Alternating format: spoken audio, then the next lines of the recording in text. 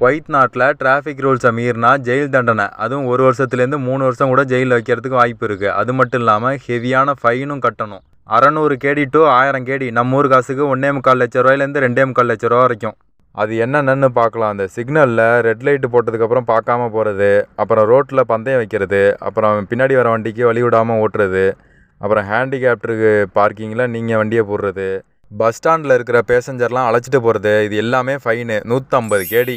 அப்புறம் அந்தந்த ரோட்டில் இவ்வளோ தான் வேகம் போகணுன்னு இருக்கும், அதை தாண்டி போனால் 70 டு 150 கேடி. நெக்ஸ்ட்டு ஃபோன் பேசிக்கிட்டே வண்டி ஓட்டினா, அப்புறம் லைசன்ஸ் இல்லாமல் வண்டி ஓட்டினா 75 கேடி. அப்புறம் அந்த ஆம்புலன்ஸு, தீயணைப்புத்துறை, அப்புறம் போலீஸு அந்த கார்லாம் வந்தால் வழி விடாமல் போனால் அதுக்கும் சேர்த்து 75 கேடி.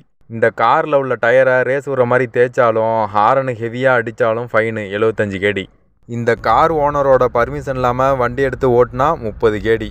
ஹைவேஸில் ரொம்ப ஸ்லோவாக போனாலும், அப்புறம் வாக்கிங் பிளேஸில் வண்டி ஓட்டினாலும், அதுக்கப்புறம் சீட் பெல்ட்டு போடாமல் போனாலும் 30 கேடி. அது மட்டும் இல்லாமல் நோ பார்க்கிங்கில் வண்டியை போட்டாலும் 15 கேடி ஃபைனு. இந்த ரூல்ஸ் எல்லாம் குவைத் நாட்டில் புதுசாக அறிவிச்சிருக்காங்க. நம்பலன்னா நம்ம பேஜில் லிங்க் கொடுத்துருக்கோம், பார்த்து தெரிஞ்சுக்கிங்க. நண்பர்களே, சேஃபாக ட்ரைவ் பண்ணுங்கள். நல்ல வீடாக இருந்தால் கஃபிலே ஃபைன் கட்டிட்டு வாப்புல, இல்லைனா நம்ம சேலரியில் தான் பிடிப்பாங்க. பார்த்து வண்டியை ஓட்டுங்க. இதை உங்கள் ஃப்ரெண்ட்ஸுங்களுக்கு ஷேர் பண்ணிவிட்டு நம்ம பேஜை ஃபாலோ பண்ணிங்க நண்பா. பாய்.